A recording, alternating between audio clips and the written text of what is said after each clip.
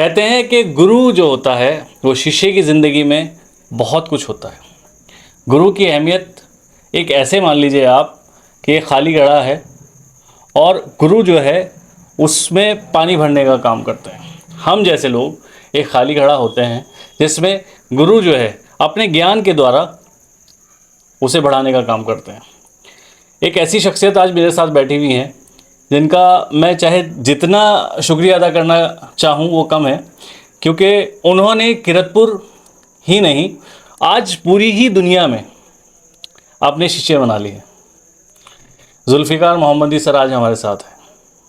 ये एक ऐसा नाम है जो आज पूरी दुनिया में जाना जाता है। रहने वाले किरतपुर के हैं और मगर अब जो है पूरी दुनिया इन्हें सुनती है और ख़ासकर इंग्लिश को लेके कुछ ऐसी चीज़ें होती हैं इंग्लिश में, क्योंकि हम हिंदुस्तानी हैं और ख़ासकर बात करें तो हम सरकारी स्कूल में पढ़े हुए होते हैं या छोटे स्कूल में पढ़े होते हैं जहाँ पे इंग्लिश पे ज़्यादा चर्चा नहीं होती या हमें बोलना या लिखना ज़्यादा सिखाया नहीं जाता। वहाँ ऐसे में जुल्फ़ी सर जो हैं अपनी अहम भूमिका निभाते हैं। मैं उनका शुक्रिया अदा करना चाहूँगा। जुल्फ़ी सर, आपने टाइम दिया, किस तरह का सफ़र रहा, किस तरह की ज़िंदगी रही? सबसे पहले तो इस पॉडकास्ट को लेकर आपको मुबारकबाद। जब मैंने पहली बार देखा था आपका ये सिस्टम बना हुआ तो मैं सोच रहा था कि मुझे वहाँ पे होना चाहिए। फिर इत्तेफाक से आज आपका फ़ोन आया तो ये समझिए जैसे मुराद पूरी हो गई हो। तो इसके लिए बहुत मुबारकबाद, शुक्रिया, आपने मुझे इस लायक समझा, मैं यहाँ पे हूँ। तो तमाम ऑडियंस का भी शुक्रिया जो देख रहे हैं। जुल्फ़ी सर, जिस तरह से कहा जाता है कि जैसे आप किरतपुर से हैं, तो किरतपुर में अगर इंग्लिश की हम बात करें तो बहुत कम टीचर हैं जो इंग्लिश पे काम कर रहे हैं, बच्चों को सिखाने की कोशिश कर रहे हैं। जैसे अगर जॉब की हम बात करें तो जॉब में सबसे पहली चीज़ जो है इंग्लिश आनी चाहिए। और हमारी जो युवा पीढ़ी है ख़ासकर किरतपुर की, वो इसलिए पीछे हो जाती है कई जगह कि उन्हें इंग्लिश नहीं आती। तो किस तरह से मेहनत कर रहे हैं अब इसको लेकर? इसकी वजह यह है कि हमारे यहाँ साइंस और कॉमर्स को लेकर बहुत ज़्यादा मतलब एक हाइप बन गया है एक तरह से, आप समझिए। और लोगों को लगता है कि साइंस इज़ लाइफ और लाइफ इज़ साइंस। तो आपको भी पता है फिज़िक्स, केमिस्ट्री, बायोलॉजी या उसकी जगह मैथ्स, ये तीन ही सब्जेक्ट इतने होते हैं, आपको कुछ और करने नहीं देंगे। तो हमारे यहाँ के जो बच्चे हैं ख़ास तौर पे, ये इंग्लिश की अहमियत को नहीं समझते कि एक ब्रिज लैंग्वेज है। इस वजह से ये दुश्वारी आ रही है। जहाँ तक इस पे काम करने की बात है तो आप यकीन नहीं करेंगे, इंटर के बच्चे को स्पेलिंग की प्रॉब्लम रहती है, तो यहाँ से शुरू करना पड़ता है। उसके बाद वो आगे कितने मरहले तय करता है, ये बात की बात है। एक जहन में एक बात रहती है, अगर जो बच्चा इंग्लिश सीख रहा होता है तो दिल में वो इंग्लिश को लेके कुछ ना कुछ बोल रहा होता है, वो लफ्ज़ बोलने की कोशिश कर रहा होता है जी। तो इसको लेके आप क्या सोच सकते हैं? मतलब वो सोचने वाली बात। जी, सोचने वाली बात। ये एक मतलब मुझे कहना चाहिए कि फ़ाल्स परसेप्शन है, झूठा एक परसेप्शन है कि अगर आप इंग्लिश में सोचने लगेंगे तो इंग्लिश बोलने भी लगेंगे। मुझे लगता है सोचने के लिए, और सही लगता है, सोचने के लिए आपको लफ्ज़ों की ज़रूरत नहीं है। मतलब जब आपने मेरे बारे में सोचा होगा और फिर आपने मुझे फ़ोन किया होगा तो आपने अपने जहन में ये बिल्कुल नहीं सोचा होगा कि सर आप आ जाइए, मैं बुला रहा हूँ, ऐसा तो नहीं सोचा, ये सेंटेंस तो नहीं सोचे ना। आपके जहन में बस एक मेरी तस्वीर आई होगी कि हाँ उस आदमी को बुला लिया जाए। फिर उसके बाद आपके दिमाग ने वो सेंटेंस क्रिएट किए जब आपको ज़रूरत हुई। तो दिमाग जो सोचता है वो कॉन्सेप्ट्स में सोचता है या तस्वीरों में सोचता है, लफ्ज़ों में नहीं सोचता। वो मैं आपसे एक लफ्ज़ दूँ भूत, तो आप भय वो की मात्रा था ऐसा सोचेंगे, या एक तस्वीर आएगी आपके जहन में, वो तस्वीर आएगी। वो तस्वीर किस वजह से आएगी, वो अलग टॉपिक है। मूवीज़ देखने की वजह से, कहानी सुनने की वजह से वो तस्वीर उस पर आधारित होगी, लेकिन उसका इमला, उसका स्पेलिंग, उसका वर्ड बिल्कुल नहीं होगा। तो आपका दिमाग जो है वो लफ्ज़ों में नहीं सोचता है, वो कॉन्सेप्ट में सोचता है या तस्वीरों में। जहाँ तक बोलने की बात है तो ज़ुबान को आदत होनी चाहिए।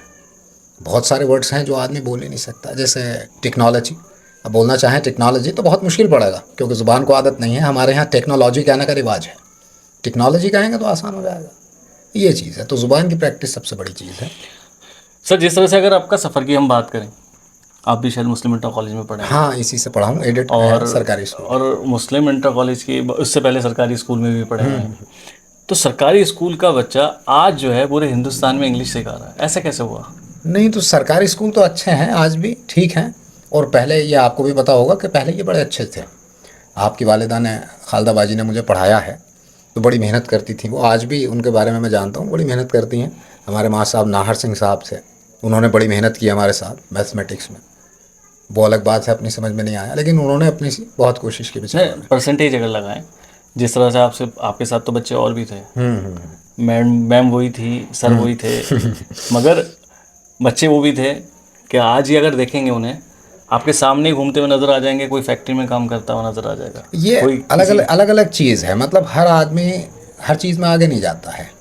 आप मुझसे 2 रस्सियों में गांठ लगाएं तो मुझसे नहीं लगेगी, लेकिन मुझसे बस ये चीज़ आती है। तो सबका एक्सपर्टीज़ अलग अलग है, इसमें कोई कम छोटे की बात नहीं है। बस मेरा यही एक्सपर्टीज़ है लैंग्वेज का, उनका एक्सपर्टीज़ और दूसरी चीज़ों में है।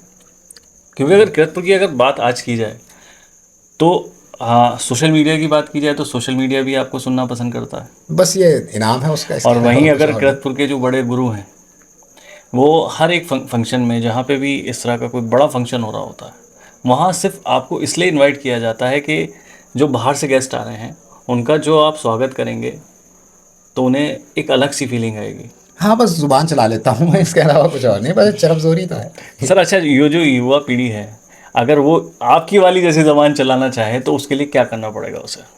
इसके लिए बेसिकली बहुत सारी चीज़ें सीखनी पड़ती हैं फराज भाई। जैसे पहली चीज़ है वो शेर व शायरी वाली चीज़।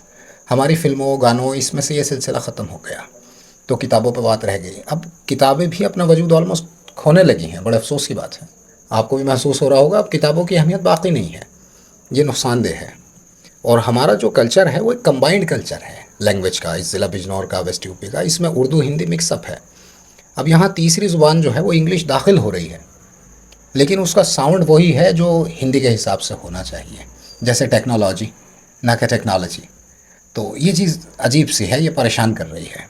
मुझे लगता है अगले 50-60 सालों में एक नई लैंग्वेज होगी वेस्टर्न यूपी की, जिसमें हिंदी उर्दू के जितने वर्ड होंगे तकरीबन उतने ही वर्ड इंग्लिश के होंगे। कुछ स्कूल जो हैं वो जिम्मेदार है बच्चों को, मतलब अगर हम किरतपुर की बात करें, बहुत सारे ऐसे स्कूल हैं जिन्होंने सिर्फ बिज़नेस के लिए स्कूल खोल रखे हैं, और वो उनके बच्चे जो हैं जब अगर पहली क्लास से लेके छठी क्लास तक पढ़ते हैं, उसके बाद जब वो मुस्लिम इंटर कॉलेज में जाते हैं, टीचर कहती हैं कि तुम्हें तो कुछ भी नहीं आता। टीचर जो है हमारे मुस्लिम इंटर कॉलेज के कहते हैं कि तुम्हें कुछ नहीं आता।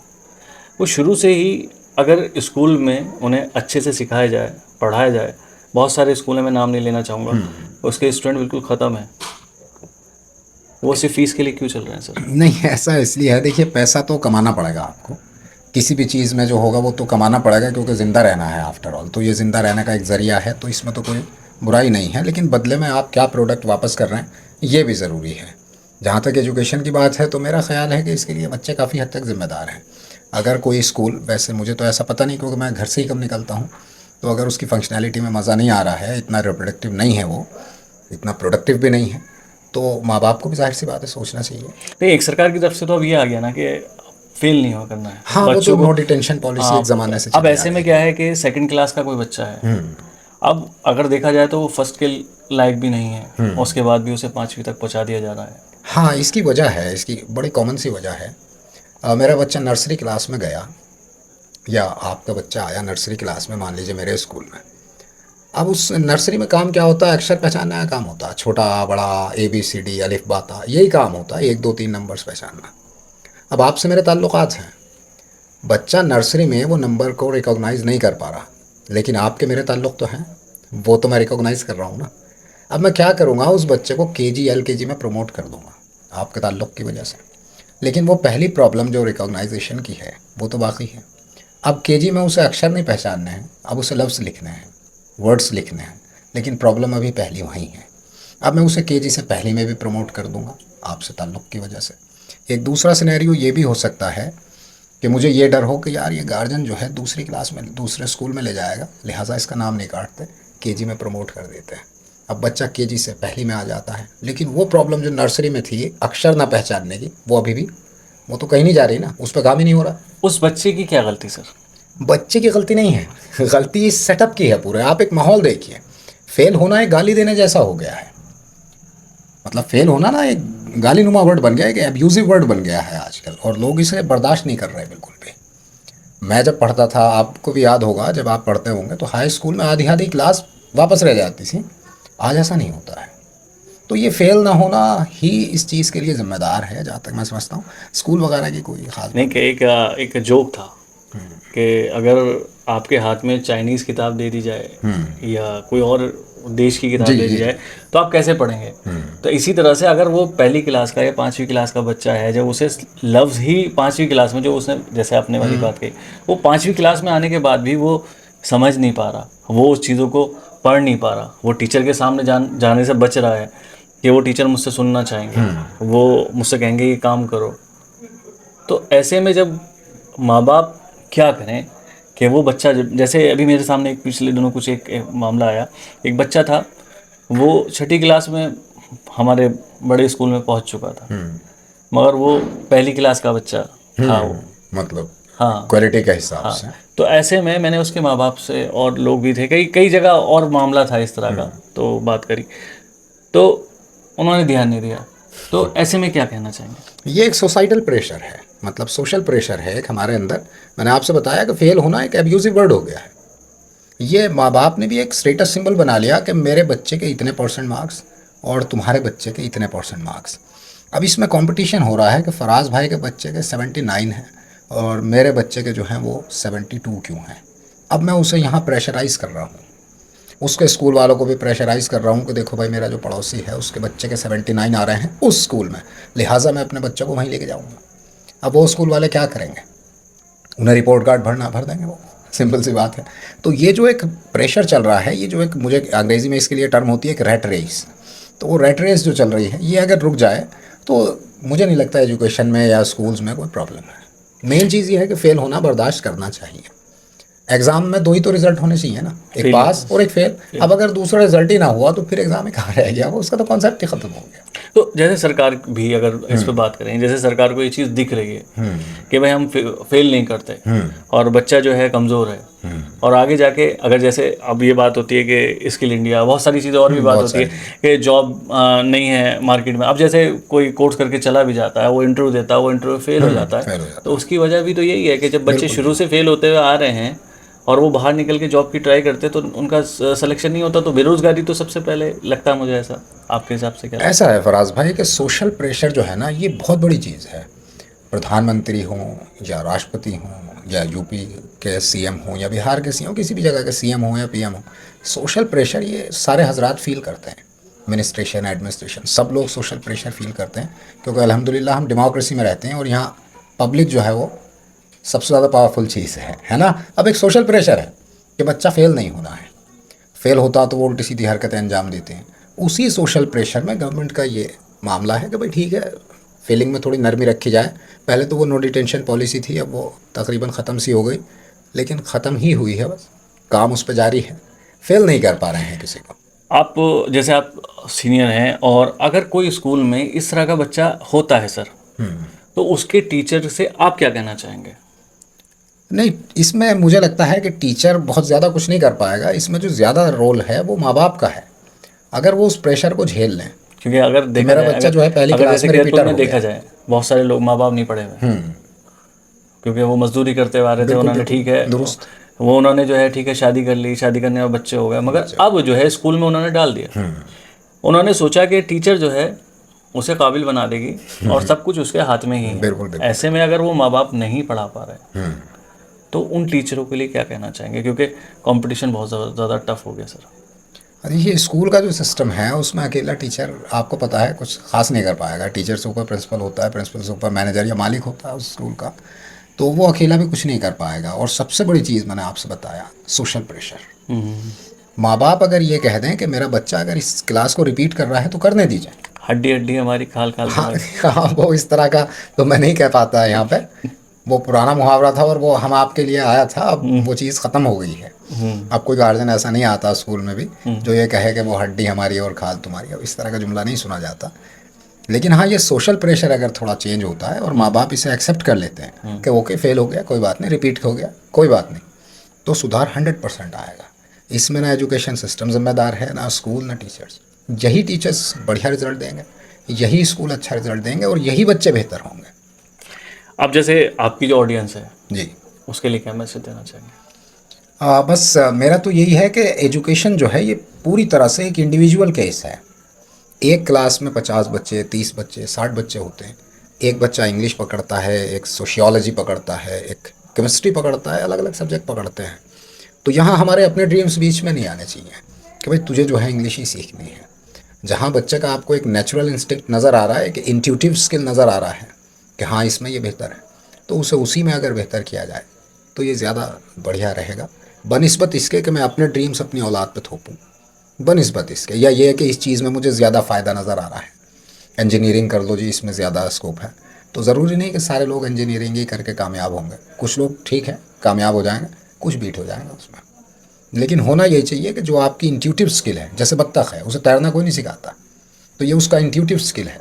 ऐसे ही हर बच्चे के अंदर, हर आदमी के अंदर इंट्यूटिव स्किल होता है, अगर वो उसे मिल जाता है तो उसमें फिर कामयाब हो जाता है।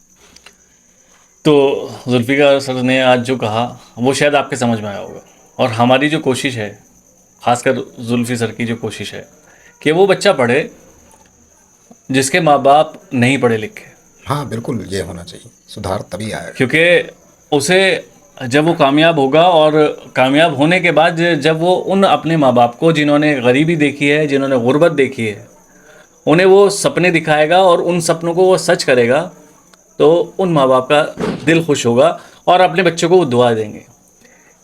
इनको भी बहुत सारे माँ बाप हमेशा दुआ देते हैं, इसके लिए मैं भी सर से शुक्रिया अदा करूँगा, मोहब्बत क्योंकि इन्होंने बहुत बच्चों की ज़िंदगी बना दी, और आज मेरे स्टूडियो में आए इसके लिए भी शुक्रिया अरे सर। नहीं, ज़र्रा नवाज़ी। शुक्रिया सर।